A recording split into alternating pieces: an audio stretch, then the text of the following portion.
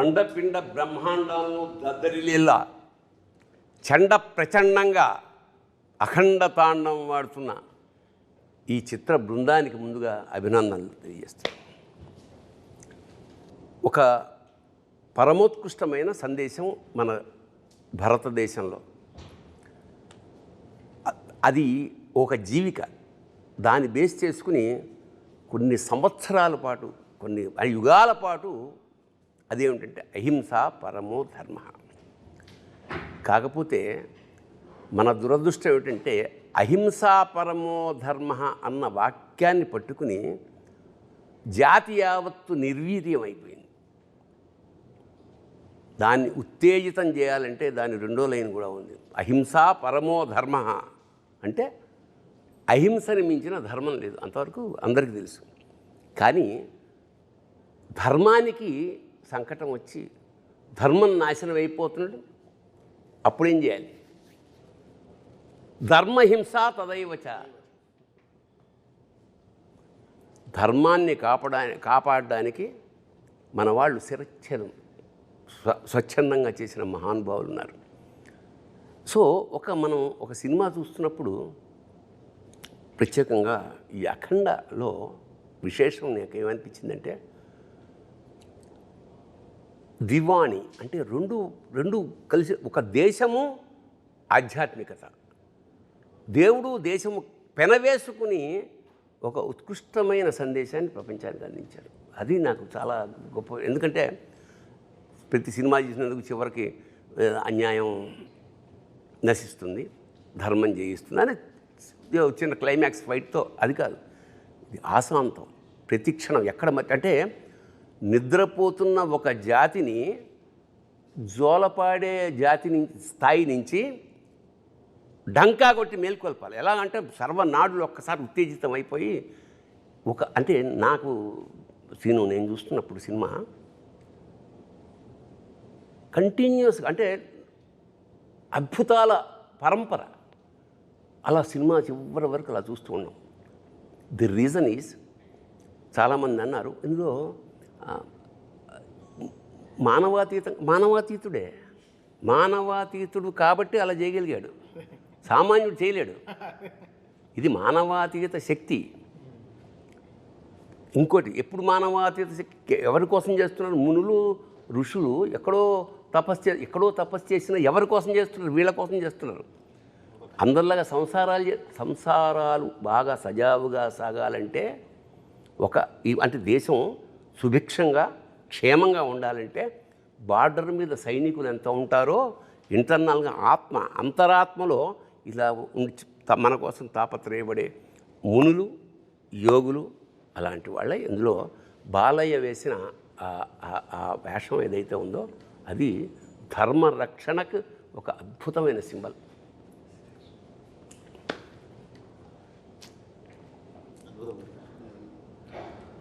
మామూలుగా మనకు అంటారు కదా గురుగారు, ఈశ్వరగం సర్వం అంటారు. అంటే ఈశ్వరుడు లేని చోటు అనేది ఏమీ లేదు, ఈశ్వరుడు అన్ని చోట్ల ఉన్నాడు. జనరల్గా ఏంటంటే మనకి పురాణం ప్రకారం కూడా ఈశ్వరుడికి లయకారుడు అని పేరు. లయకారుడు అంటే ఆయన సంహరించేవాడు కాదు, ఉపసంహరించేవాడు. ఆయన నుంచే పుట్టి ఆయనలో కలుస్తాం మనం. అలాంటి స్వీకరించే ఈశ్వరుడు సమాజాన్ని సంస్కరించడానికి బయలుదేరితే ఏంటనేది మన అఖండ కథ. అసలు అది అద్భుతంగా కుదిరింది. అంటే ఈ సమకాలీన జీవితంలో మన ఈ కరోనా లాంటి, అంటే మనం పుట్టాక, నాకు తెలిసి అంతకుముందు ఎప్పుడో చదివాం కానీ, కరోనా పుట్టిన తర్వాత 2 ఏళ్ల పాటు నిశ్చలం, స్తబ్దం, స్థాణు అయిపోయింది. ఇంతటి సైలెన్స్, అంటే స్థాణు అంటే స్థాణో రుద్ర ఉమాపతి అని, శివుడికి స్థాణు అనే పేరు కూడా ఉంది. అవును, ఇంకా నిండటానికి అచంచల నిరంతర చైతన్యం అని కూడా ఉంది. అంటే అన్నీ తనలోనే ఉండే అలాంటి ఈ సబ్జెక్ట్ ఆరంభం ఒక సామాన్యంగా ఒక దేశాన్ని నాశనం చేయడానికి. అంటే దీనికి మీరు తీసుకున్న రిఫరెన్స్ ఏమిటో నాకు తెలియదు. సంస్కృతం పట్ల ఇష్టం కన్నా కూడా రీసెర్చ్, అంటే నిన్ను నాశనం చేయాలంటే చాలామంది సర్ఫేషియల్గా కుదరదు. సర్ఫేషియల్గా ఏదో తెలుసుకుని స్టడీ చేయాలి. నీ వేదాలు ఏమిటి, నీ శాస్త్రాలు ఏమిటి అన్నీ స్టడీ చేసి సంస్కృతాన్ని ఆపోసన పట్టి వేదాన్ని ట్రాన్స్లేట్ చేసి ఆ మూలాల్ని తెలుసుకుని ఆ తర్వాత విధ్వంసం మొదలెట్టారు. మెకాలే అనుకుంటా కదా, 1835లో మెకాలే అనే ఆంగ్లేయుడు వాళ్ళ సుపీరియర్ బాస్కి రాస్తున్న ఒక లెటర్ తర్వాత ప్రింట్ అయింది. I have travelled the length and breadth of India and I have not seen a single beggar or a thief. అంటే ఎప్పుడు ఇది 1835లో నేను యావత్ భారతదేశాన్ని ఆమూలాగ్రం సమగ్రంగా పరిశీలించినప్పుడు ఒక బిచ్చగాడు కానీ ఒక దొంగ కానీ నాకు కనపడలేదు ఈ దేశంలో. ఇలాంటి దేశాన్ని మనం హస్తగతం చేసుకోవాలంటే we have to break the very back bone is their culture. వాళ్ళ సంస్కృతిని నడుము విరగొట్టగలిగితే మనకి పాదాక్రాంతం అయిపోతుందన్న ఒక్క పాయింట్. 1835 నుంచి వాళ్ళు ఎంతయ్యా, దాదాపు 250 ఏళ్లలో మన భాష అంటే మనకి పెద్ద నామోషి, తెలుగు మాట్లాడడం నామోషి, మన కల్చర్ అంటే మనకు నామోషి. మనం బొట్టు పెట్టుకోవాలంటే 32 సార్లు ఆలోచన ఏమన్నా అనుకుంటారేమో. సో అలాంటి ఒక విచిత్రమైన వికృతమైన స్థితి నుంచి మళ్ళా ఒకసారి ఒక చారిత్రాత్మక విషయాన్ని డంకా మీద దెబ్బకొట్టి చెప్పింది అఖండ. ఇక్కడ పైగా మూలం, భారతదేశం యొక్క మూలాల్ని దెబ్బకొట్టడం అంటే అదే కల్పవృక్షం. భారతదేశం అన్నదే కల్పవృక్షం ప్రపంచానికి. ఎటువంటి జ్ఞానాన్నైనా ఎటువంటి విషయాన్నైనా చెప్పగలిగినటువంటి కల్పవృక్షము, ఐశ్వర్యాన్ని ప్రసాదించగల భారతదేశం చెట్టు మీద కూర్చొని దాని మూలాన్ని దెబ్బకొట్టడం అంటే అదెంత హాస్యాస్పదం. అది పడితే వాడే పడతాడు, మూలాన్ని దెబ్బకొడితే కొట్టడానికి వీల్లేనటువంటి విషయం అది.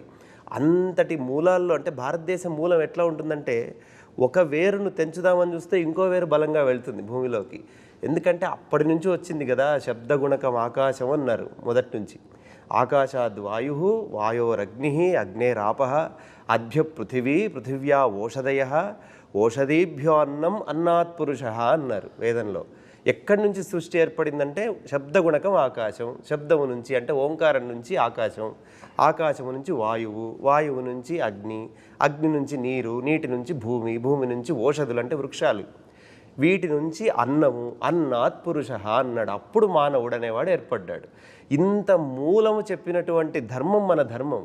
ఆ మూలాన్ని దెబ్బ కొట్టడానికి అవకాశం లేదు, ఎందుకంటే వీడు ఉన్నది అదే మూలంలోనే. మళ్ళీ అంటే ఇప్పుడు నువ్వు మేము పూజించాల్సిన దేవతా విగ్రహం బద్దలు కొట్టినా, మేము గుడి బద్దలు కొట్టినా మాకు పెద్ద ఫరకేం పడదు. కారణం ఏంటంటే మేము చెట్టుని పూజిస్తాం, పిట్టని పూజిస్తాం, గుట్టని పూజిస్తాం, పుట్టని పూజిస్తాం.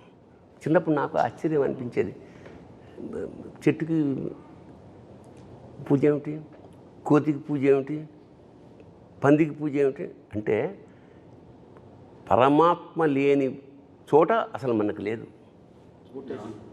అది తీస్తే ఒక కర్ర పెట్టేసి దానికి పసుపు పెట్టేసి అంటే ఎంత అంటే ఈ స్థాయి కల్చరు ప్రపంచ ఎందుకంటే ఇది వెరీ రీజన్ ప్రపంచంలో ఇలాంటి కల్చర్స్ చాలా ఉన్నాయి.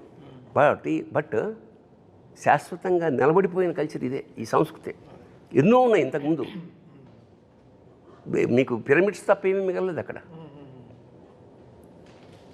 అలాంటిది ఇక్కడ ఎందుకు అంటే మనకు ఒక ఇంట్లోనే ఒక కుటుంబంలో ఒకడు నాస్తికుడు ఉంటాడు, ఒకడు ఆస్తికుడు ఉంటాడు, ఒకడు వేరే దేవుణ్ణి పూజ చేసే ఉంటాడు. మనకి తేడా లేదు. నేను ఎప్పుడు ఇబ్బంది పెట్టరు, వెళ్ళు రోజు వెళ్ళు అనేవాడు చెప్పండి నీకు. బట్ అది జీన్స్లో మనకి. సో సర్వేభ్యో అందరిలోనూ మనం దైవాన్ని సంకల్పం. అందుకనే నేను నాలోన శివుడు గలడు, నీలోన శివుడు గలడు, నాలోన గల శివుడు నీలోన గల శివుడు లోకము లేలగలడు, కోరితే శోకము బాపగలడు. ఏమిటి? ఈ తల్లిపోయింది, ఇతను ఎక్కడో ఉన్నాడు, రావడానికి వీళ్ళని కేచరీ గమనం మీద వస్తే తప్ప అక్కడ రాలేడు. అలాంటప్పుడు అందరూ వెయిట్ చేస్తున్నారు. తల్లి చివరి కోరిక కొరివి పెట్టాలి. ఎన్నో ఏళ్ల నుంచి పుట్టినప్పటి నుంచి వెయిట్ చేస్తోంది, రాలేడు. రాడు అని పాత్రలు ప్రేక్షకులు నిర్ణయించినప్పుడు సాక్షాత్కారంలా వచ్చేసాడు.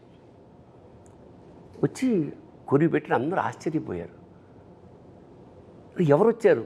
తర్వాత ఒక మెసేజ్ వెళ్తుంది, అమ్మాయి వచ్చి షాక్ అవుతుంది. ది రీజన్ ఈజ్, అప్పుడు నాకు అనిపించింది నాలోన శివుడు గళ్ళంటే ఇదే. నాలోన గల శివుడు నీలోన గల శివుడు నాటకాలాడగలడు, తెరదించి మూట కట్టేయగలడు. That is the reason. So ఉద్దేశం కూడా గురుగారు, ప్రతి భక్తుడు తల్లి నా తల్లే. ప్రతి భక్తుడు ధర్మాన్ని కాపాడడానికి నిలబడి ప్రాణం కూడా పణంగా పెట్టి అవసరమైతే ధర్మం కోసం ఏదైనా చేసే ప్రతి భక్తుడు తల్లి నా తల్లే అని చెప్పేదే ఆ రోజు అక్కడ ఉన్న సదుద్దేశం గురుగారు. వండర్ఫుల్. ఎందుకంటే నువ్వు పూజిస్తున్నప్పుడు నువ్వు దాసుడివి. నిజానికి నువ్వు మమేకం అయిపోయినప్పుడు వాడు నీకు దాసుడు. శివుడు నీకు దేవుడు నీకు దాసుడు అయిపోతాడు. ఇప్పుడు మమేక ప్రాప్తి వస్తుందంట శివుడు చెప్పేటప్పుడు. అసలు మనకి పూజా విధానం అంటే ఏమిటంటే ఎలిమెంటరీ స్కూల్, కొబ్బరికాయలు కొట్టామా, దండలు వేసామా, కిరీటాలు చేయించి ఎలిమెంటరీ స్కూల్. నెక్స్ట్ స్టేజ్ అక్కడ ఏమంటాడు? దేవుడు అనేవాడు నేను వేరు అని. Meditation next step. అక్కడ ఏముంటాడు? దేవుడు నీలో ఉంటాడు, బయట ఎక్కడ ఉంటాడు. కొబ్బరికాయలు కొట్టక ఏమి అగరత్తులు అక్కర్లా. తర్వాత థర్డ్ స్టేజ్ ఇది, బికమింగ్ శివ, బికమింగ్ గాడ్ అనేది ఈ సినిమాలో ఆ ట్రాన్స్ఫర్మేషన్. అతను నేను శివుడు వేరు అనుకోడు. అందుకే శివుడు సాక్షాత్ శివుడిని కొరిబెడ్డానికి తీసుకురావడం అనేది ఒక విధంగా చాలా ధైర్యం. అది నేనే షాక్ సార్. ఎట్లా ఒప్పుకుంటారు? ఆ రీల్ మాత్రం పంపించలేదు నాకు లాస్ట్ మినిట్ వరకు. ఎట్లా ఒప్పుకుంటాడు? దేవుడు వచ్చి పెడతాడా అంటే, ఒరే పిచ్చివాడా, పెడతాడు. ఆ స్థాయిలో కనుక నువ్వు దేవుడిని నమ్ముతే. అది 8వ రీల్ మాత్రం ఆపారు. 8వ రీల్ ఏంటి సార్ అంటే, సార్ సపరేట్గా మన ఇద్దరం కూర్చోవాలి మీకు చెప్తానని 9th రీల్లో వచ్చేసింది. 8th రీల్ మాత్రం ఆపారు. బట్ చూసినప్పుడు అలా ఒక వేరే మూమెంట్. సో ఓకే, దీనికి ఆర్ఆర్లో వాయించేయచ్చు. బట్ దీనికి ఒక శివుడికి ఒక పాట, శివుడే అమ్మ రూపంలో పాడితే ఎలా ఉంటుంది, ఒక అమ్మ రూపంలో పాట పాడితే ఎలా ఉంటుంది అన్నప్పటికీ వెంటనే ఆ ట్యూన్ కంపోజ్ చేసి డైరెక్టర్ గారికి వినిపిస్తే ఆయన అప్రూవ్ చేయడం, వెంటనే దానికి అంత జనరల్గా నేను నమ్మేది ఏంటంటే, ఇప్పుడు పాడతాం తన పాడతాం, బట్ గుండెనే గొంతు చేసే పెనివిటి అనే వర్డ్ రాయడం అనేది గొప్ప. అంటే పేరు పెట్టడం అనేది గ్రేట్. అలా ప్రాణం పోసిన శంకరుడా అనేది ఆయన రాసిన విధం ఆ పాటకి అలా తీసుకొచ్చి 100 కిలోలు బరువు పెట్టేసి వెళ్ళిపోయింది. సో ఇంకా ఆ బరువుని పరువు పోకుండా కాపాడే బాధ్యత మాది కరెక్ట్గా. అది ఎలా దాన్ని ట్రాన్సిషన్ కరెక్ట్గా ఇది పెట్టేటప్పుడు ఎలా చేయాలి, ఎక్స్ప్రెషన్కి ఎలా తీసుకెళ్ళాలి సినిమాలో చాలా ఎక్సర్సైజ్ చేసాం. ఫస్ట్ అఖండాకే చాలా ఎక్సర్సైజ్. అంటే జగపతి బాబు గారు దానం ఇస్తారు కదా ఇది బిడ్డని, అక్కడి నుంచి కాశీకి ఓ ట్రాన్సిషన్ ఉంటుంది. దానికి కూడా వెరీ ఆర్గానిక్గా దానానికి ఏంటి మంత్రం, అది వెళ్ళినప్పుడు కరెంట్గా శివుడు మన శివుడు దీంట్లో నుంచి నీటి బొట్టు పట్టేటప్పుడు కరెంట్ అంతా ఆఫ్ అయిపోతుంది.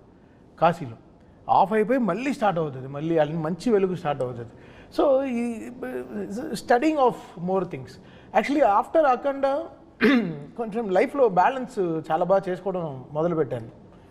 బ్యాలెన్సింగ్ అంటే ఒక బ్యాలెన్స్ వచ్చింది. అంతవరకు ఆడుతూ పాడుతూ ఇప్పుడు చదువుతూ పాడుతూ తిరుగుతున్నాను. సో దీని గురించి ఎంత స్టడీ చేయాలి. ఇప్పుడు ఏదో అఖండ సినిమా వచ్చేసింది అనే కాకుండా దీన్ని ఒక సినిమాలాగా చూడకుండా how can I be the transporter of this, ఈ సనాతన ధర్మం గురించి, ఈ శివుడి గురించి ఎంత ఇప్పుడుండే జనరేషన్కి ఎంత ట్రాన్స్పోర్ట్ చేయగలను మ్యూజికల్గా. How can I transport it to the peoples ears అనేది.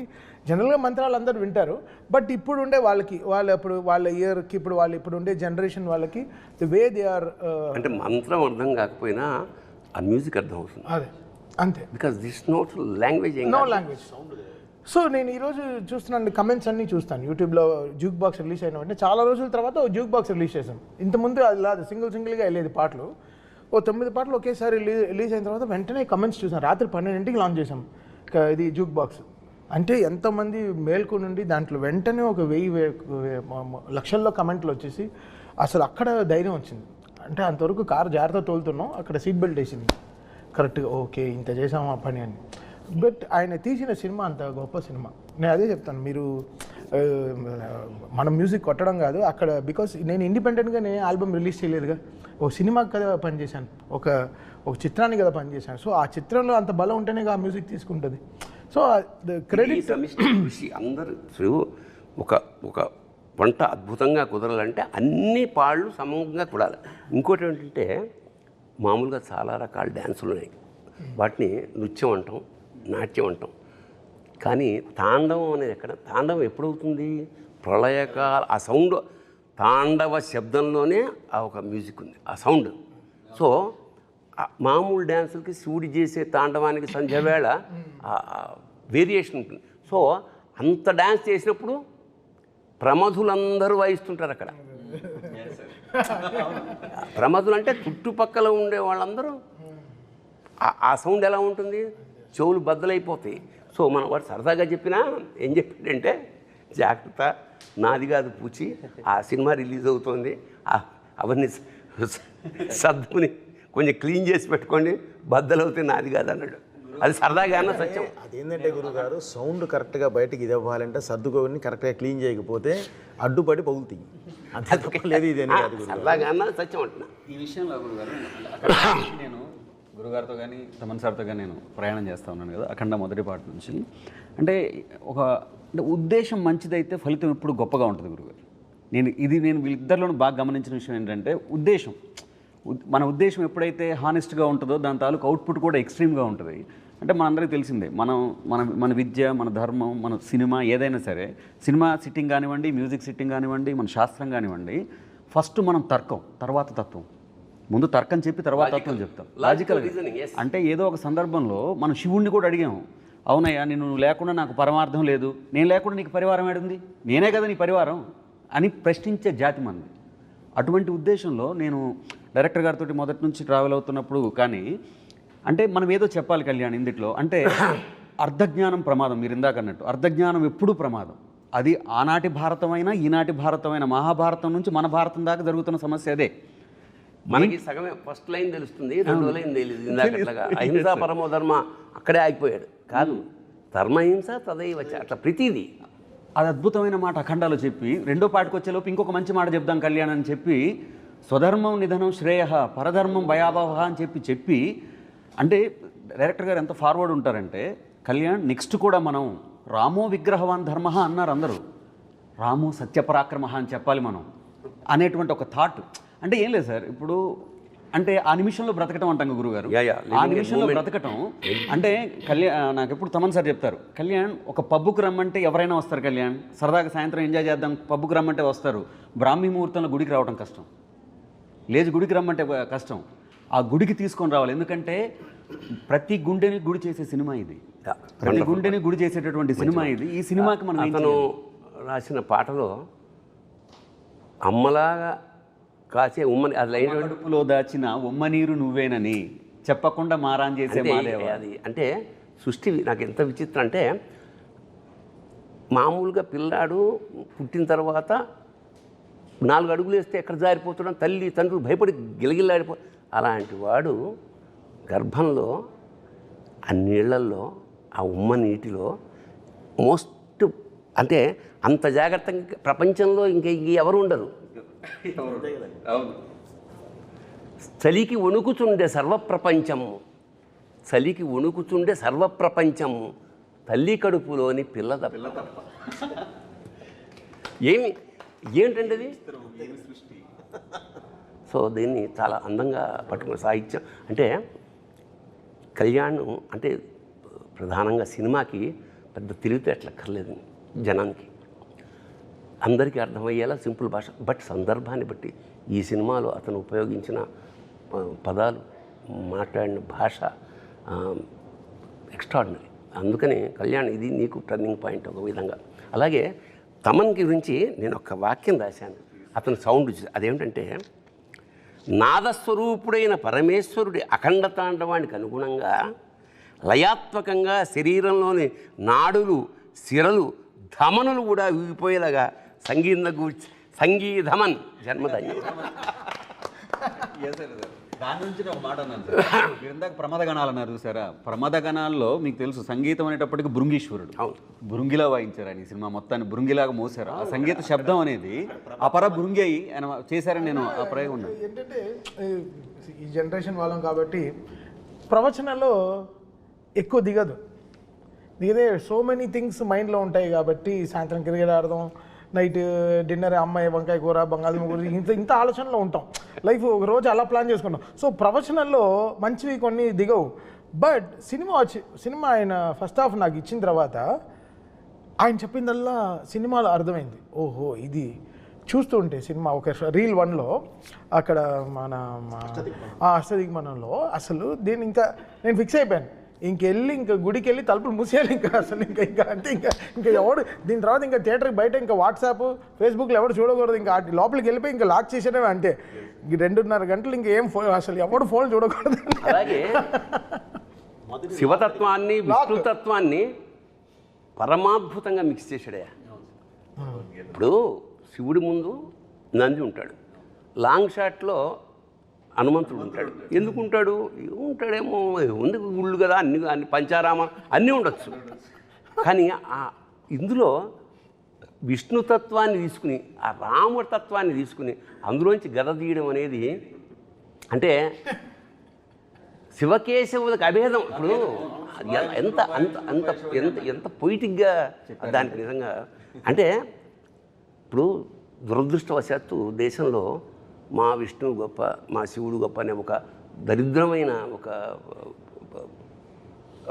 భావన ఉన్నది. మద్భక్త శంకరద్వేషి, నా విష్ణు పురాణంలో చెప్తున్నాడు విష్ణువు, మద్భక్త శంకరద్వేషి, మద్వేషి శంకరప్రియ. నా భక్తుడై శంకరాన్ని ద్వేషించేవాడు, శివుడి భక్తుడై నన్ను ద్వేషించేవాడు, యోభవు నరకం యాంతి యావశ్చంద్ర దివాకరం. సూర్యచంద్రులంతవరకు వాళ్ళకి ముక్తి లేదు. ఎందుకంటే రెండు నేనే, ఒకే కాయానికి ఉన్న రెండు నేను. ఈ రెండుని విడదీసి సపరేట్గా చెప్పకుండా చాలా ఆ సోలం ప్లేస్కి ఎప్పుడైతే గద వచ్చిందో తెలియకుండానే విష్ణుతత్వం ఎంటర్ అయిపోయింది. అదొక అద్భుతమైన transformation as a creative director. మంచి అన్వయం కూడా చెప్పాలి సార్ మీకు. సినిమాలో ఫస్ట్ హాఫ్లో చూసినప్పుడు స్తంభం నుంచి నరసింహస్వామి ఆవిర్భవిస్తాడు, చిన్న 2 నిమిషాల ఘట్టం చూపిస్తారు. దానికి మళ్ళీ సెకండ్ హాఫ్ ఎలా లింక్ అన్నది ఒక చిన్న విశ్లేషణ ఉంది నా వరకు నేను ఆలోచించింది. ఎందుకంటే పోతన గారు భాగవతంలో చెబుతారు, ప్రహ్లాద హిరణ్యకశిపు రంజన భంజన నిమిత్తాంతరంగ బహిరంగ జేగీయమాన కరుణా వీర రస సంయుతుండును మహాప్రభావుండునైన శ్రీ నృసింహదేవుండు ఆవిర్భవించిన కనుంగొని ఏం చెప్తారు ఆయన. అది ఈ 2 లైన్లు ఈ సినిమాలో కనపడతాయి చూస్తే. ఎందుకంటే వచ్చింది ఒకటే ఎంట్రీ, హీరో ఒకటేసారి ఎంట్రీ ఇస్తాడు నరసింహస్వామి స్తంభం నుంచి. కానీ ప్రహ్లాదుడికి అన్నాళ్ళు ఎదురు చూస్తున్న భగవంతుడిగా కనిపించాడు. అదే హిరణ్యకశిపుడికి మహాప్రళయమే కనిపించాడు. ఒకటే దేవుడే వచ్చినవాడు. ఈయనకేమో కరుణ వీర రస సంయుతుండు అంటే కరుణ చూపిస్తున్నాడు భక్తుల మీద, ఇటు రాక్షసుల మీద వీరరసాన్ని ప్రకటిస్తున్నాడు. ఒకటే అఖండనే, తనను నమ్ముకున్న వాళ్ళు ఎవరున్నారో వాళ్ళందరినీ కాపాడుతున్నాడు, అటువైపు రాక్షసులందరినీ సంహరిస్తున్నాడు. ఈ 2 నరసింహస్వామి యొక్క తత్వాన్ని ఆ శివుడి రూపంలో అఘోర రూపంలో ఉన్న అఖండకు మళ్ళీ ఆపాదించినట్లుగా అనిపిస్తుంది. అఖండ తాండవం విషయంలో సార్ మనకి అఖండాలో కూడా ఈ గౌరవం వచ్చింది కానీ సార్, అఖండ అప్పుడు చాలా బాగా చేసావని భుజం తట్టిన వాళ్ళు ఉన్నారు, టీం అందరినీ భుజం తట్టిన వాళ్ళు ఉన్నారు, షేక్ హ్యాండ్ ఇచ్చిన వాళ్ళు ఉన్నారు సార్. బట్ అఖండ తాండవంకి వచ్చేలోపు చెయ్యెత్తి నమస్కారం పెడతా ఉన్నారు సార్. అది ఈరోజు థియేటర్లలో ప్రేక్షకుల తాలూకు వాళ్ళ తాలూకు అన్వయం ఏదైతే ఉందో, బాలయ్య బాబు విగ్రహం, ఆ గెటప్ ఒకటి ఫస్ట్ ఫ్రేమ్ నుంచి చివరి ఫ్రేమ్ వరకు ఆ కన్సిస్టెన్సీ ఆఫ్ క్యారెక్టర్ అసలు ఎక్కడైనా డ్రాప్ లేదు. అదే ఇమోషన్ అలా అలా నాకు అనిపించింది. కాళీయుడి పడగల మీద విషం కెక్కించే నృత్యం చేసిన బాలకృష్ణుడు విరాట్ స్వరూపం చెంది శివుడై అఖండ తాండవం ఆడాడు. ఇక్కడ దాచుకున్నాడు, అక్కడ కక్కించిన వాడు ఇక్కడ దాచుకున్నాడు. నిజంగా అంటే సార్ రేరుగా ఒక వ్యక్తి నేను హాయిగా అంటే ఈ వేషం పరిపూర్ణమైన తృప్తితో చేశాను అని బాలయ్య వెనక్కి తిరిగి చూసినప్పుడు ఈ సినిమా ఖచ్చితంగా ఆయన వెనక్కి తిరిగినప్పుడు అఖండ మాత్రం కనిపిస్తుంది. ఎందుకంటే ఆ గెటప్ సాక్షాత్ ఇప్పుడు ఇతనే శివుడేమో అని అక్కర్లా, సాక్షాత్ స్వరూపు తెలిసిపోతుంది. రెండింటి మధ్య అభేదం కనిపిస్తుంది నాకు. పైగా ఆ డైలాగు వాడు విభూది కొండ అన్నం అనేది అబ్బబ్బబ్బబ్బబ్బ. ఎందుకంటే విభూది కొండనే ఆపేది ఎవడో చెప్పారు. విభూతిర్భూతిరైశ్వర్య అణిమాదిక మస్తద అణిమ మహిమ చేయవ. విశేషం ఏంటంటే ఈ విభూది ఏదైతే ఉందో ఇది విభూది అంటే ఐశ్వర్యం, భూది అంటే ఐశ్వర్యం, విభూది అంటే మహైశ్వర్యం. మరి మహైశ్వర్యాన్ని ఇక్కడ ఎందుకు రాసుకుంటామంటే ఒరే ప్రపంచంలో ఏ ఐశ్వర్యం అయినా అల్టిమేట్గా ఇదేరా, రోజు కొంచెం రాసుకో నీకు ఐడియా వస్తుంది. అల్టిమేట్గా బాలయ్య చేతిలో ఫైనల్గా ఉండేది ఏంటి, ఎవడైనా ఎన్ని చూడలేదు రాజు అంటే. అలాంటి విభూది కొండ అనడంలో అన్వయం ఒకటి. తెల్లగా ఉంటుంది కొండ, హిమాలయాలు తెల్లగా ఉంటాయి, స్వచ్ఛతకి మారిపోయారు. అనంతమైన అండ ఆ బంగారు కొండ లేదా మంచు కొండ లేదా ఆ కొండ విభూది కొండ అని ప్రయోగించడం మాత్రం ఐ రియల్లీ ఎంజాయ్. అలాగే క్లైమాక్స్లో మనవాడు రాసిన సంస్కృతి పల్లవి ఏంటి పల్లవి ఒకసారి అను. అఖండ హైందవం హైందవం హైందవం విశ్వరచన వైభవం. ఒకసారి పులకించేసింది అన్నమాట. అంటే లెండి ఇంకా చాలు, ఈ నిద్ర చాలు, ఇంకా తమను ఇస్తున్నాడు కొట్టండి. మేల్కొల్పు అంత స్ట్రాంగ్గా నిజంగా ఇది ఒక సినిమా కాదు, ఒక అనుభవం, ఒక అనుభూతి, ఒక ఆరాధన, ఒక దాన్ని అంటే విస్మయం, అంటే విభ్రాంతి చెందుతాడే మనిషి, అలా స్టన్ అయిపోయి చూడడం. అది ఈ సినిమాలో సాధ్యపడిందంటే ఇది ఒక్కళ్ళ కృషి కాదు. ఎప్పుడైనా సరే కెప్టెన్ ఆఫ్ ద షిప్ అని డైరెక్టర్ ఉంటారు, ప్రొడ్యూసర్ ఏమన్నా ఓనర్ ఆఫ్ ద షిప్, మిగతా అందరూ నడిపారు పడవని. ఎంత పరమేశ్వరుడి కృప ఉంది పైన. ఒక ఒక ఒక ఒక ఆర్టిస్ట్కి జన్మ సాఫల్యం అంటే ఇప్పుడు అన్నగారు చేసిన చాలా వేషాలు ఉన్నాయి కదా, రాముడుగా కృష్ణుడిగా. ఇవాళ ఆ వేషంగా ఎవడు ఫీల్ అవ్వాలా, చాలా కాలం ఫోటోలు ఇంట్లో దేవుడి ప్లేస్లో పెట్టారు. అలాగా ఒక చేతన, ఒక విస్మయం కలిగించిన బాలకృష్ణ జీవితంలో ఇది వెనక్కి తిరిగి చూసుకుంటే మాత్రం.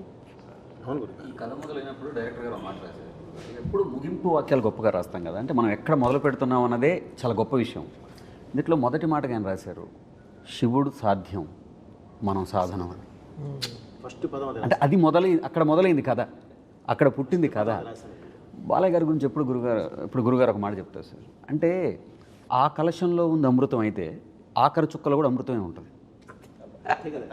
అదే కదా, అంటే మనం ఎంత చెప్తున్నాం, మూసేవారు ఎవరు, గోవర్ధనగిరిని చిటికెన వేలు మీద నిలబెట్టేవారు ఎవరు ఉండాలి కదా, ఎవరో ఒకళ్ళు ఉండాలి కదా. దాని గురించి చెప్తూ మహాభారతంలో తిక్కనంత గొప్ప పద్యం ఉంటుంది, యవ్వాని వాకిట నిబమద పంకంబు రాజభూషణ రజోరాజి నడగు అని. అంటే అలాంటి వ్యక్తి బాలయ్య బాబు తోటి ఏ మాట చెప్పిస్తే అది ప్రణవమై మోగుద్ది అనేది అద్భుతంగా ఆయన ఇంటర్ప్రిట్ చేస్తున్నారు. ఇది డిజైన్ డిజైన్ నేను అదే అదే చెప్తాను. అంటే ఈ మన తిరుపతి కొండకి బస్సు వెళ్తుంది, వెనకాల ఘాట్ ఎలిజిబుల్ అని రాసి ఉంటుంది. ఇది బస్సు కరెక్ట్గా డివోటీస్ని పైకి తీసుకెళ్ళడం. సో అలా ఇక్కడ డిజైన్ ఉంటుంది, ఓకే ఇతను ఎలిజిబుల్. ఈ సినిమా పూర్తవడంలో ఒక ఎలిజిబిలిటీ ఉంటుంది. సో ఓకే బోయపాటి గారికి శక్తి ఉంది ఈ సినిమాని వెళ్ళి ఇంతమంది ఇంత వరల్డ్కి చెప్పడం, తమకి శక్తి ఉంది ఇలా దీన్ని ఇది చేయడం. ఇది బికాస్ అఘోర మంత్రాలు పాడడం చాలా రేర్ స్వామి. అసలు ఆ ఎనర్జీ పడుకోనివ్వదు, ఫ్రెష్గా ఉంటుంది. నేను పడుకోలేదు బట్ ఫ్రెష్గా ఉన్నాను 24 గంటలు, అసలు ఫ్రెష్గా ఉన్నాను. ఎలా ఫ్రిడ్జ్లో యాపిల్ లాగే ఉన్నాను. అఘోర శబ్దానికి మన వాళ్ళు జుట్టు బెరబోసుకుంటారు, గోల్డ్ పెంచుకుంటారు, ఏవో తింటారు. అఘోరం అంటే ఘోరం కానిది అని అర్థం. అయితే అంటే వాళ్ళకి ప్రపంచంలో ఏదైనా చెత్తను కూడా మేము స్వీకరించేస్తాం, ఎందుకు సృష్టిలో భాగం ఇది. అది అసలు విషయం. అలాగే మన పాత్రధారుడు ఒక వేషం వేసినప్పుడు వేషం వేసేసాను అలా కాకుండా ఒక నియమ నిబంధనప్పుడు అన్నగారు ఉపవాసం ఉండేవాడు, కొన్ని నియమాలు పాటించేవాడు. నాకు అనిపిస్తుంది అన్నమాట, ఈ వేషం నాకు రామలక్ష్మణుల ఇంటర్వ్యూ ఎక్కడ చూసా, అంత చల్లో హిమాలయాల్లో ఎంతో కష్టపెట్టాం ఆయన్ని, ఆయన ఎక్కడా విసుక్కోలేదు. అంటే ఆ పాత్ర పట్ల ఆయనకున్న నిబద్ధత. అదే కాదు ఈ సినిమా చేయటానికి అసలు మెయిన్ మూలం ఆయనే. నేను వెళ్ళి కూర్చొని బాబు సింహ లెజెండ్ 2 సోషల్ ఫిల్మ్స్ చేసాం మనం, ఇప్పుడు 3వది కూడా మళ్ళీ సోషల్ ఫిల్మ్ అంటే మీటర్ భయంకరంగా తొక్కాల్సిందే తప్ప వేరే మార్గం లేదు, తర్వాత చేయలేము అని అంటే మరి ఏం చేద్దామండి. నా దగ్గర ఒక అఘోర క్యారెక్టర్ ఉంది అంటే, ఒక ధర్మాన్ని కరెక్ట్గా తీసుకెళ్లి దేశం ముందు నిలబెట్టే ఒక అఘోర క్యారెక్టర్ ఉంది అని అంటే, అఘోర అంటే ఇప్పుడు మీరు చెప్పిందే చెప్పారండి, జుట్టు విరపోసుకొని అది లేకుండా అవి వేసుకొని అవి స్వీకరిస్తూ ఉంటారు వాళ్ళ అన్నది. వాళ్లే బాబు. కాకపోతే బాలయ్య గారను బోయపాటిది కాదుగా, మనం తీసుకెళ్లే విధానం ఒకటి ఉంటుంది కదా. అంటే టైం స్టార్ట్ అయిందండి, ఓన్లీ 30 సెకండ్స్లో సరే గెటప్ టెస్ట్ ఎప్పుడు ఇంతేనండి కథ. ఎందుకు నువ్వు అనుకున్నావు కదా, నువ్వు కాన్ఫిడెంట్ కదా, చాలు నాకొద్దు గెటప్ టెస్ట్ ఎప్పుడు, ఓకే బాబు మీరు చెప్పండి మంచి రోజు, ఓకే అయిపోయింది అంతే అండి. ఇక దానికి మించి అసలు ఎక్కడ డిస్కషన్ కూడా లేదు, వెళ్ళిపోయాం. సో అప్పుడు ఏంటంటే గురువుగారు ఇలాంటిది అద్భుతంగా చేయగలం, ఎందుకంటే మనకు బాధ్యత పెరిగింది. ఈ సినిమా కూడా గురువుగారు చేసేటప్పుడే నాకు ఐడియా ఉంది గురువుగారు, ఇది డబ్బుతో కాదు మనసుతో చేయాలి, ఇది డబ్బుతో కాదు, ఇది మనుషుల మనసులోకి వెళ్ళాలి, ఇది డబ్బు కాదు, ఇది అందరికీ చేరాలి, ఇదే కాన్సెప్ట్ గురుగారు. అందుకనే ఈ సినిమాలో దైవత్వమే కాదు ధర్మం అంటే ఏంటో చెప్పాను, మన దేశం ఎలాంటి గొప్ప దేశమో చెప్పాము. మనల్ని ఎవరు ఈ రోజు వరకు గురుగారు ధర్మం గురించి చెప్పారు, మీరు చెప్పారు, వారు లెటర్ గురించి చెప్పారు 1850 నేను ఇంక అంత ముందు నుంచి వచ్చాను గురుగారు. అసలు మన రాజులేంటి, మన రాజ్యాలేంటి, ఎన్ని సంవత్సరాల పాటు ఎలా ఉన్నారు, అసలు వీళ్ళని ఎవరు జయించలేక ఎలా విడగొట్టారు, అక్కడి నుంచి చదువుకుంటూ వచ్చి ఇప్పుడు దీనిలో కరెక్ట్ చెప్పించాను గురుగారు. అది కూడా ఒక చైనీతో చెప్పించాను. భగవద్గీత అనేది ఒక రిటైర్డ్ చైనీస్ జనరల్ చదువుతూ ఉంటాడు, స్టడీ చేస్తుంటాడు, మనం చెయ్యం. వాళ్ళు చేసి అతను చెప్తాడు అసలు ఏంటంటే భారతదేశాన్ని కొట్టాలంటే మూలలో కొట్టడం కాదు, మూలానికి వెళ్ళి కొట్టాలి, అదే వాళ్ళ దేవుడు అని చెప్పి. హతోవా ప్రాప్స్యసే స్వర్గం, పోయావా స్వర్గం వస్తుంది. జిత్వావా భోజ్యసే మహీం, గెలిచావా యావత్ భూమండలాన్ని. తస్మాత్ ఉత్తిష్ట కౌంతే, ఇది భారతీయుడికి చెప్తున్నాడు. ప్రతి భారతీయుడికి మనం ఈ సినిమా ద్వారా ఉత్తిష్ట కౌంతేయ యుద్ధాయ కృత నిశ్చయ, యుద్ధానికి సిద్ధంగా ఉండడం. It is a motivational Bhagavad Gita. దురదృష్టం ఏమిటంటే ఇప్పుడు సభాముఖంగా ఈ సందర్భం వచ్చిన మన వాళ్ళు పోయినప్పుడు పెడతారు, ఎప్పుడో పొరపాటున ఎవడో పెట్టాడు, ఎవడన్నా ఇంట్లో భగవద్గీత వస్తుంటే అయ్యో నిన్న బాగానే ఉన్నాడు కదా అనే స్థితికి వచ్చింది. కాదు, it is a wonderful motivational పుస్తకం. ఈ సినిమా ద్వారా యావత్ భారతదేశానికి, యావత్ యూత్కి, ప్రపంచానికి ఏం చెప్తున్నామంటే లేవండి, ఉత్తిష్టగా ఉంది, యుద్ధం చేయి, జీవిత సమరం. ఇప్పుడు భారతం ఎక్కడో లేదు, మనలోనే. పంచేంద్రియాలు, పంచ పాండవులు, అనంతమైన కోరికలు కౌరవులు, మనస్సు అర్జునుడు, బుద్ధి కృష్ణుడు, యుద్ధం కురుక్షేత్రం.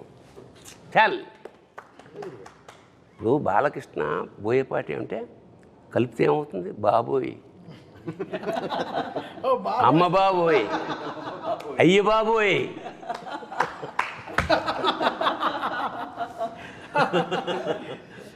That is the film. Wonderful experience అంతే. హైందవం గురించి అంటున్నప్పుడు కూడా, ఎందుకంటే మూలమే ధర్మం. సినిమా అంతా కూడా ఎన్నో సమస్యల్ని దాటుకొని దాన్ని ఛేదించి భేదించి విజయాలు సాధించి ఆ క్యారెక్టర్ అట్లా శిఖరాగ్రానికి చేరుకుంది అఘోరా అన్నది. ఆ పాట అక్కడ రావడమే ఔచిత్యం. అక్కడ ఇంతసేపు చెప్పింది ఆ ధర్మం గురించే. ఏ ధర్మం గురించి మనం పోరాడామో గెలుచుకుంటూ వచ్చామో ఆ ధర్మం ఇది అని చెప్పే సందర్భం అది చివరిలో. అక్కడ ఇంకొక గొప్ప విషయం ఏమిటంటే, ఈ తల్లి గురించి ప్రస్తావన వచ్చినప్పుడు, ఇది తల్లి తండ్రికి, ప్రతి తల్లిదండ్రికి ఇచ్చినటువంటి ఒక నమస్కారపూర్వకమైన చిత్రం అనుకుంటాను నేను. ఎందుకంటే జనని అన్న క్యారెక్టర్ని కాపాడడానికి మొదటిసారి అఖండ బయటకు వస్తారు తపస్సులోంచి. ఆ తర్వాత తల్లికి సంస్కారాలు చేయడానికి మళ్ళీ వస్తారు, అదే అఖండ. చివరిలో భారత జననికి మళ్ళీ ఆపద రాకుండా ధర్మాన్ని కాపాడడానికి వస్తాడు. అంటే జనని జనని జనని, తల్లిని కాపాడుకుంటూ తల్లి కోసం పనిచేస్తున్నాడు. మరి అట్లా జననిని జనాన్ని అందరినీ కాపాడుతూ, మరి తండ్రి ఎక్కడున్నాడు అంటే పరమేశ్వరుడు. మమైక్య ప్రాప్తిరస్తు అని శివుడు వచ్చి కలిపేసుకుంటాడు మళ్ళీ జననిని. ఈ తల్లి తండ్రికి ఒక నమస్కారపూర్వకమైనటువంటిది చిత్రం ఇది. ఇదేం చేసామంటే గురుగారు, మామూలుగా ప్రవచనం ఇవన్నీ ఏంటంటే మామూలుగా మనం సాత్వికంగా 10 మందికి చాలా అర్థమయ్యేలాగా అర్థవంతంగా చెప్తాం గురుగారు. ఇదేంటంటే ప్రతి ఒక్కళ్ళకి, చిన్న బిడ్డ దగ్గర నుంచి పెద్దవారికి కూడా చేరేలాగా ఒక ఎనర్జీ, ఒక కమర్షియల్, ఒక మాస్ యాడ్ చేసి చెప్పాం గురుగారు.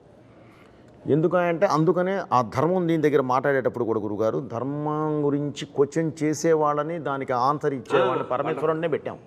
పెట్టి క్లియర్గా, అంటే ఇది మన ధర్మం, ఇది మనం భారతీయులు అంటే ఇంత పవర్ఫుల్ పర్సన్స్, వీళ్ళు ఇలా ఉంటారు, కాకపోతే ఈరోజు ఇది కొంచెం ఇలా డివైడ్ అయిపోయి ఇలా వెళ్ళిపోయి ఉన్నారు, అది కాదు మనం, ఇదిగో ఇది మనం అని చెప్పే సినిమా ఇదండి. అందుకనే చిన్న పిల్లలు కూడా తల్లిదండ్రులు తీసుకెళ్ళి చూపించాలి అనే ఒక్క దీంతోనే ఈ సినిమా చేయడం జరిగింది గురుగారు.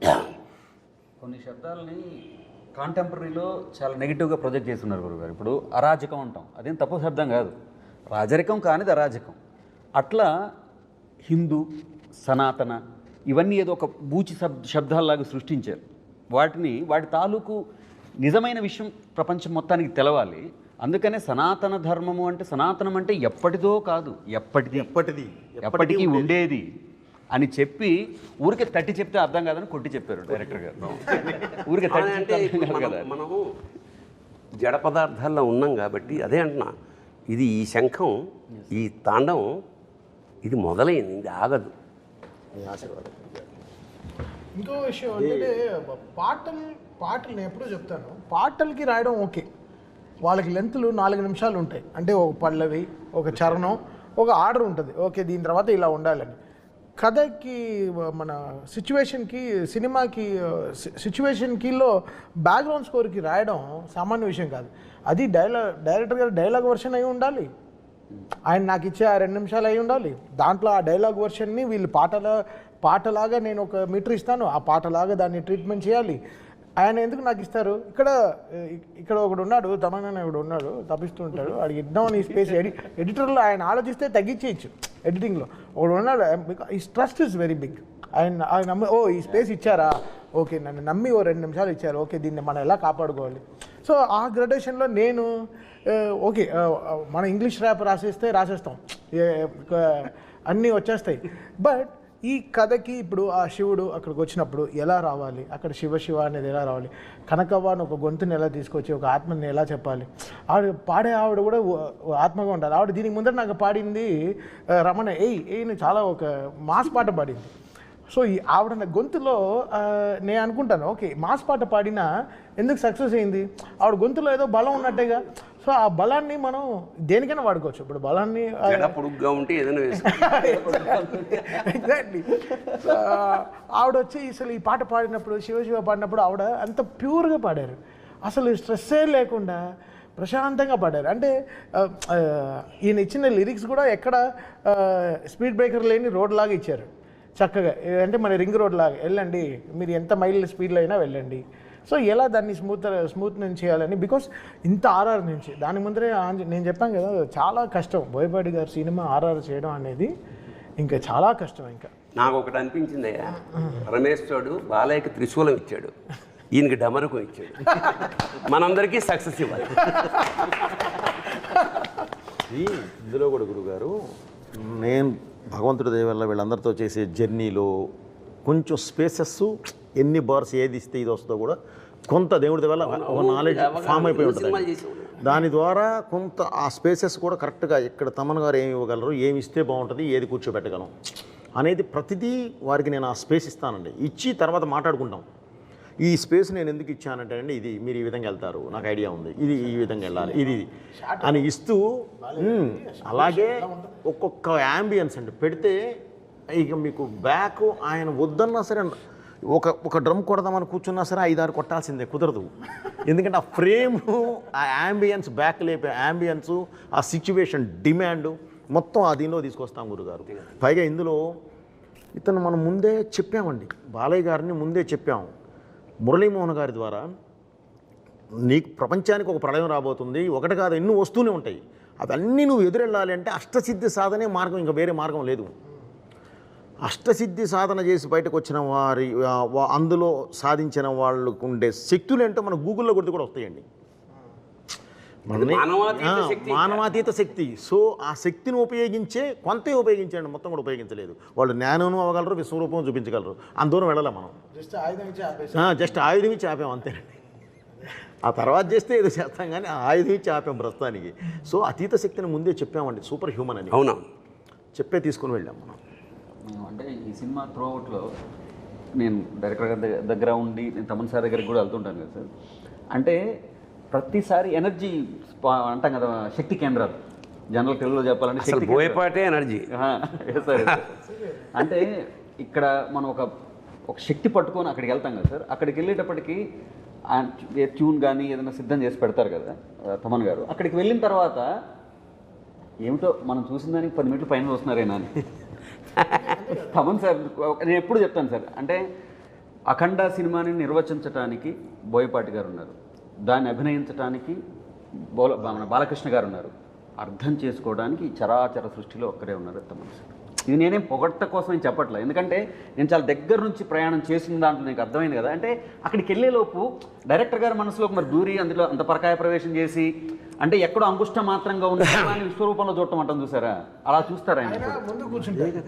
ముందు కూర్చుని ఆయన తల ఆడుతుందా అని చూస్తాను నేను వెనకాల ముందు కూర్చుని ప్రొజెక్షన్ రూమ్ లో ఆయన ముందు కూర్చుని చూస్తారు, నేను ఆయన తల ఇలా ఆడుతుందా ఓకే ఆయన అయిన తర్వాత అలెక్సా అంటారు. మాకు అలెక్సా ఒక లైట్ ఉంటుంది, అలెక్సా లైట్స్ ఆన్ అంటుంది. సార్ అమ్మాయిని పిలవండి అంటారు, అలెక్సా అని పిలవండి, అలెక్సా అని పిలవండి వచ్చి ఒక కౌగులింతలు కానీ చేసుకొని. బికాస్ నేను ఎలా చూస్తానంటే ఇప్పుడు ఆయన చెప్పిన డైలాగే, ఇప్పుడు ఫస్ట్ దాంట్లో మర్యాద ఎలా ఒక డైలాగ్ ఉంది కదా, ఎలా పిలవాలో, చాలా డిఫరెన్స్. నాకు అంతే, నేను ఈయన దగ్గర నుంచి కరెక్షన్ రాకుండా ఉండడానికి ఎంత రెస్పెక్ట్, ఈ సినిమాని అర్థం చేసుకున్నానా అనే పాయింట్లోనే ఉంటాను. నేను ఇక్కడ గొప్పగా నేను హారర్ చేసేసానని కాదు, ఆయన కథని అర్థం చేసుకున్నాను. Logic is very simple understanding. So దీన్ని నేను ఒక్కడనే కాదు, సో మా టీంలో అందరు పిల్లలే, అసలు ఎవ్రీబడి ఈజ్ అండర్ 25-30 ఇయర్సే. సో వీళ్ళకి బాలకృష్ణ గారి సైజు, ఫిల్మ్ సైజు, బోయపాటి గారు పెట్టే యాంగిల్స్, ఆయన ఎప్పుడూ చెప్తారు కదా 30 పెట్టి ఇలా చూస్తానని అంటారు కదా, అది గ్రౌండ్ లెవెల్లో అర్థం చేసుకోవడం చాలా కష్టం. అందరు చిన్న చిన్న మానిటర్లో పనిచేస్తారు, అంతే సైజ్ మానిటర్లో పనిచేస్తారు. బట్ మనం 70 mm ఊహించుకోవాలి, 70 mm ఈ సౌండ్ ఎలా ఉంటుంది రేపు థియేటర్లో 2.5. అప్పుడు మేము చెప్పినట్టు 75-77 days ఆర్ఆర్ చేసాం, బట్ జనాలు చూసేది 2.5 గంటలేగా. లీనియర్గా 2.5 hours ఎంత మనం ఎలా ట్రావెల్ అవుతున్నాం అనే సైన్స్ మనలో లేకపోతే మనం వీ కాంట్ బ్యాలెన్స్. అది వెరీ అది చాలా, అది నేర్చుకుంటే చాలా, నేర్పితే కూడా రాదు, చాలా it has to come inside, inner science రావాలి. విషయంలో నేను తమన్ గారికి కూడా చాలా కృతజ్ఞతలు చెప్పాలి సార్. ఎందుకంటే సాహిత్యం ఎంత అద్భుతంగా వచ్చినా సినిమాను మొత్తం సినిమా చూసి అర్థం చేసుకునే అవకాశం ఉండకపోవచ్చు. అంటే రచన వరకు మేము ఉంటాం కాబట్టి ఆ మొత్తము అర్థం చేసుకొని ఆ సీన్కి ఏం కావాలి దాన్ని అది దానికి ఏమాత్రం తగ్గకుండా సారాన్ని మళ్ళీ మాకు ఇస్తే కదా మేము రాయడానికైనా అది వీలుగా ఉంటుంది. నేను తీసుకోలేను గురుగారు. శ్రీకృష్ణ అనే మాతో ఇప్పుడు ఈ సక్సెస్ ఇది అఖండ అనే ఒక పల్లకి, దానికి మొదటి బోయి, మిగతా అందరం మనం పట్టి తీసుకెళ్తున్నాము. అంటే ఇతను వీళ్ళతో పనిచేసింది నేను మాత్రం కాకుండా టీంలో కూడా, అంటే మ్యూజిక్ సైడ్ శ్రీకృష్ణ గారు, అద్వితీయ అని ఒక అమ్మాయి, ఇంకా శృతి అని ఇంకో అమ్మాయి, ప్రకృతిని ఇంకో అమ్మాయి, వాగ్దేవి అని ఒక అమ్మాయి, ప్రణతిని ఇంకో అమ్మాయి, వీళ్ళందరూ చాలా వీళ్ళ తపస్సు ఏంటంటే మనకు కరెక్ట్గా పనిచేయాలని.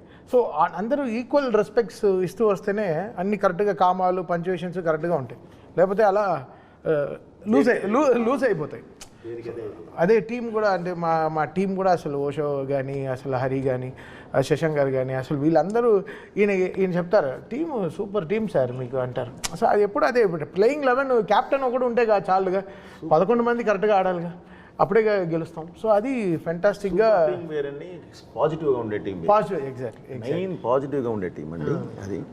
అది గురుగారు ఇప్పుడు ఈ సినిమా భారతదేశం ఆత్మ అని, ఇప్పుడు ఫస్ట్ నేను అదే చెప్తాను. ఈ సినిమా భారతదేశం ఆత్మ అని అంటే ఆ ఆత్మ ఇవాళ థియేటర్లలో కలా ఫ్లో అయ్యి ప్రతి వైపు నుంచి కూడా రెస్పాన్స్ వస్తూ ఉంటాయి. అంటే చెప్తారు కదా sir, cinema is mutual respect and mutual belief అని, mutual belief and mutual respect అని.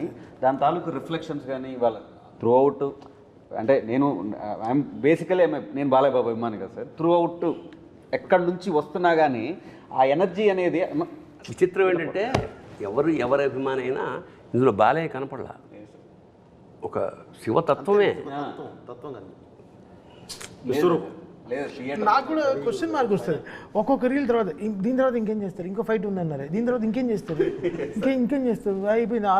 ఆదిని చంపేశారు, నెక్స్ట్ ఏంటి హనుమంతుడు. ఎలా మెన్షన్ చేయాల్సిన ఒక పేరు మాత్రం ఆది. ఎందుకంటే ఒక పాజిటివ్ ఎనర్జీకి కరెక్ట్గా నెగిటివ్ ఎనర్జీ అంటే అతని పెర్ఫార్మెన్స్ నిజంగా హ్యాట్స్ ఆఫ్ నిజంగా. అంటే ఈయన తట్టుకోవడం మానవ సాధ్యం కాదు కదా, అంచేత అతను పడాల్సిన శ్రమంతా మనకు కళ్ళ ముందు తెలిసిపోతుంది. అది ఆయన పైనుంచి వెళుతున్న బాలయ్య గారి మీద నుంచి వెళుతున్న విభూది నేను శ్రీశైలం నుంచి తెప్పించిన ఒరిజినల్ విభూదేనండి. ఆయనకి మన ఒరిజినల్ విభూతి గురుగారు 100 కేజీలు అక్కడి నుంచి తెప్పించి, ఎందుకంటే అది ముక్కులోకి వెళ్తే మామూలు అయితే ఎలర్జీస్ వస్తాయి, అందుకని అక్కడి నుంచే స్వామివారి దగ్గర నుంచే తెప్పిస్తామండి.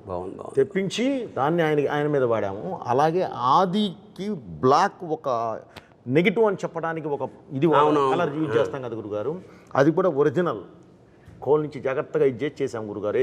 ఏది కళ్ళల్లో పడ్డా ముక్కులో పడ్డా ఎలర్జీ రాకుండా, కానీ అది ఒరిజినల్ సీజీ ఇది ఉంటుంది. కొడితే 4 కంప్రెసర్లు పెట్టి కొడితే జుబ్బు మనకి గుర్తుంటుంది, మన వస్తుంది గురుగారు. అప్పుడు ఓపెన్ అవుతాయి మన ఫ్యాంటమ్ కెమెరాలు 2, 500 ఒకటి 700 ఒకటి క్లంగ్ మనకి. క్లంగ్ అనే వాడు బాగా వాడతారు, clang sir, clang Manali sir. Okay సరే, ఓకే. ఈ క్లంగ్ని నేను వెతుకుతూ ఉంటాను, ఈ క్లంగ్ని ఎలా తేవాలి. ఓకే, అంటే ఆదిగారి విషయం గురించి వచ్చింది కాబట్టి, బట్ మనం ఇంత సంస్కృతంలో ఇలా వెళ్తున్నాం కాబట్టి ఈ లాంగ్వేజ్ ఆదిగారికి హీబ్రూ లాంగ్వేజ్ వాడాం. So Hebrew is the most against language of against మన సాంస్క్రిట్ అన్నమాట. సో ఆ లాంగ్వేజ్ ఆయనకు వాడి ఆయన థీమ్లో హీబ్రూ లాంగ్వేజ్ వాడడం జరిగింది, దాని తగ్గ మ్యూజిక్ కరెక్ట్ జరిగింది. సో డిజైన్కి సమిష్టి కృషి తప్ప వచ్చి కూర్చున్నాయి గురుగారు. ఇది ఒకటే ఏంటంటే జనానికి ఇది వెళ్ళాలి, నెక్స్ట్ జనరేషన్ దీనివల్ల ఈ సినిమా వల్ల ప్రభావితమై ఎంతో కొంత వాళ్ళు అలవర్చుకోవాలంటే ఇది ముందు కూడా అని చెప్పినట్టు ఇది అఖండ అనేది ఒక జాగృతం చేసే, జాతిని జాగృతం చేసే ఒక మహా అనుభూతి, మహాకావ్యం. ఒక చిన్న, అంటే అన్ని పాజిటివ్గా మాట్లాడుకున్నాం కదా, ఒక నెగిటివ్ విషయం ప్రస్తావన చేస్తా. అంటే చూసిన జనాలు ఇదేంటిది కొడితే అలా లేచిపోతున్నారు, ఇదే మనిషిని బట్టి హారతి తిప్పేస్తున్నారు అని కొంచెం ఏంటంటే వేళాకోళం చేసిన సందర్భాలని. మరి దానికి అంటే నాకు అనిపించింది ఏమిటంటే అతను మామూలు మనిషి కాదు, అఖండ అనేవాడు మానవాతీత శక్తి అన్న. మరి దీనికి మీరు ఏమి జస్టిఫికేషన్? నేను ఓవరాల్గా ఒక హీరోయిన్కి హీరోకి కెమిస్ట్రీ ఉంటుంది, బాలయ్య గారికి ఒక డైరెక్టర్కి హీరోకి ఒక కెమిస్ట్రీ కొట్టడం చాలా రేర్. సో వీళ్ళ కెమిస్ట్రీని ఫిజిక్స్ రూపంలోనే చెప్తారు.